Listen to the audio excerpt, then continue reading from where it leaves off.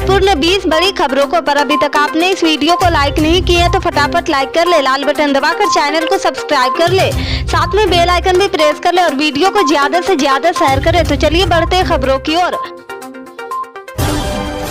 बता दें कि महाराष्ट्र में मराठा आरक्षण पर एक बार फिर बवाल होने वाला है। शिवबा संगठन के नेता मनोज जरांगे पाटिल ने कहा कि वह 10 फरवरी से भूख हड़ताल पर जाएंगे। अपनी मांगों को दोहराते हुए जरांगे पाटिल ने कहा कि महाराष्ट्र सरकार 27 जनवरी को उन्हें दिए गए मसौदे पर अपने वादों को तुरंत लागू करे और मराठों को आरक्षण देने पर काम शुरू करे। मनोज जरांगे पाटिल ने कहा, कुछ लोग मराठों के हित को नष्ट करने पर तुल गए हैं। उन्होंने कहा कि मुट्ठी भर लोग इस तथ्य को पहचानने में असमर्थ है कि एक गरीब परिवार का व्यक्ति समुदाय के आरक्षण के लिए लड़ रहा। उन्हें चिंता है कि अगर मैं नहीं टूटा और आंदोलन को नियंत्रित नहीं किया गया तो वे मराठों के बीच अपनी प्रतिष्ठा खो देंगे। बता दें कि लोकसभा चुनाव में अब बस कुछ ही दिन का समय बचा है। बीजेपी इस चुनाव में लगातार अब की बार 400 के पार का नारा लगा रही, पर पीएम नरेंद्र मोदी ने सोमवार को संसद में बीजेपी के लिए 370 सीट पर जीत का दावा करने के साथ टारगेट सेट कर दिया है। पर यह लक्ष्य भी इतना आसान नहीं। 2019 के लोकसभा चुनाव में बीजेपी ने 37% वोट के साथ 303 सीटें जीतने में कामयाब हुई थी। पीएम नरेंद्र मोदी के नाम और काम के बल पर पार्टी ने 2014 के लोकसभा चुनाव से भी ज्यादा सीट और वोट हासिल करने में कामयाब हुई थी। 2019 में 2014 के मुकाबले 6% वोट अधिक मिला था और करीब 21 सीटें भी अधिक जीतने में कामयाबी मिली थी।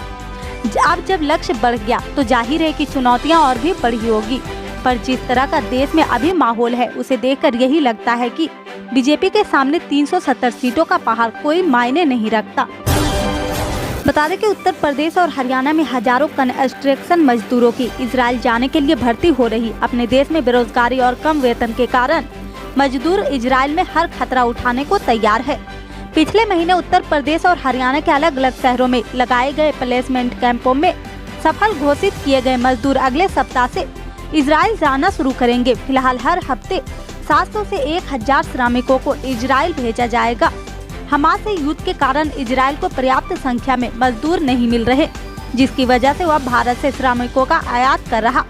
युद्ध के कारण इजराइल ने फिलिस्तीनी श्रमिकों को रोजगार देना बंद कर दिया है। इस स्थिति को देखते हुए इजराइल ने भारत से श्रमिकों को आयात करने का निर्णय लिया। नई दिल्ली और जेरूसलम से पिछले साल एक समझौता किया गया था, जिससे 40,000 भारतीयों को इजराइल में निर्माण और नर्सिंग के क्षेत्र में काम करने की अनुमति मिलेगी। बता दें कि वाराणसी जिला कोर्ट ने ज्ञानवापी मस्जिद परिसर के बंद दूसरे सभी तहखाने का भारतीय पुरातत्व सर्वेक्षण से सर्वे कराने का आदेश देने की मांग वाली याचिका पर सुनवाई के लिए 15 फरवरी की तारीख निर्धारित की है। कोर्ट में दायर याचिका में कहा गया है कि तहखाने भीतर गुप्त कोठरी है और ज्ञानवापी मस्जिद का पूरा सच सामने लाने के लिए उनका सर्वे कराना जरूरी है। हिंदू पक्ष के वकील मदन मोहन यादव ने आज यानी 6 फरवरी को बताया कि कार्यकाल जिला जज अनिल कुमार की कोर्ट ने याचिका पर सुनवाई के लिए 15 फरवरी की तारीख तय की है। बता दें कि दिल्ली में आम आदमी पार्टी के कई नेताओं के घरों पर ईडी की छापेमारी चल रही। छापेमारी के बीच आम आदमी पार्टी के नेता और केजरीवाल सरकार में मंत्री अतिशी सिंह ने प्रेस से बात की है।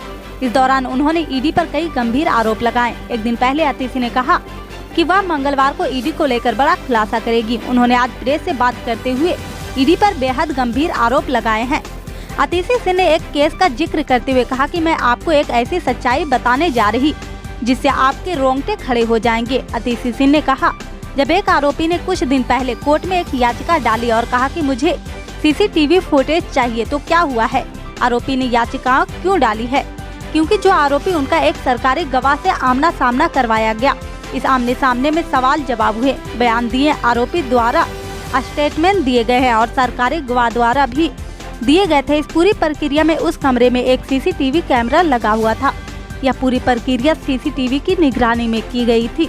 अतिशी ने आगे कहा, लेकिन जब वह असेसमेंट कोर्ट में जमा कराई गई तो आरोपी ने देखा कि बात कमरे के अंदर हुई थी, जो बात कागज पर आई है वह दोनों बहुत अलग है और इसलिए इस केस के ऊपर आरोपी ने सीसीटीवी फुटेज की कोर्ट में एक याचिका डाली थी। बता दें कि गुजरात के जूनागढ़ में भड़काऊ भाषण देने पर घिरे मौलाना मुफ्ती सलमान अजहरी की मुश्किलें बढ़ गई। जूनागढ़ में भड़काऊ भाषण के बाद जिले में उकसावे वाला भाषण देने पर एक नई एफआईआर दर्ज की गई है। मुंबई में रहने वाले मौलाना मुफ्ती सलमान अजहरी ने जूनागढ़ से पहले राज्य के कच्छ जिले और अरवली जिले के मोडासा में भी कार्यक्रम किए थे। सलमान अजहरी को मुंबई से 2 दिन की रजिस्टर रिमांड पर गुजरात एटीएस गुजरात लाई थी। इसके बाद गुजरात एटीएस ने मौलाना को जूनागढ़ पुलिस को सौंपा था। जूनागढ़ पुलिस मौलाना को कस्टडी में लेकर पूछताछ करने के लिए कोर्ट से रिमांड पर लेने की तैयारी कर रही है। तो वहीं गुजरात की पुलिस की जांच में कच्छ में भी भाषा नियमों के विरोध पाया गया है। इसके बाद कच्छ के राम ख्याली पुलिस थाने में मौलाना मुफ्ती अजहरी के खिलाफ केस दर्ज किया गया है।